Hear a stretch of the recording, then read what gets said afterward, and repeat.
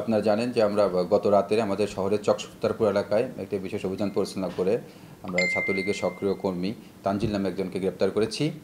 সে জুলাই বিপ্লবকে কটূক্তি করে ফেসবুক সহ বিভিন্ন জায়গায় বিভিন্ন কটূক্তিমূলক বক্তব্য পেশ করেছেন, প্রচার করেছেন।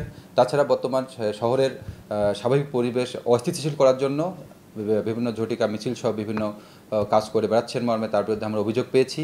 তাছাড়া জুলাই বিপ্লবের সময় বিভিন্ন মামলায় সে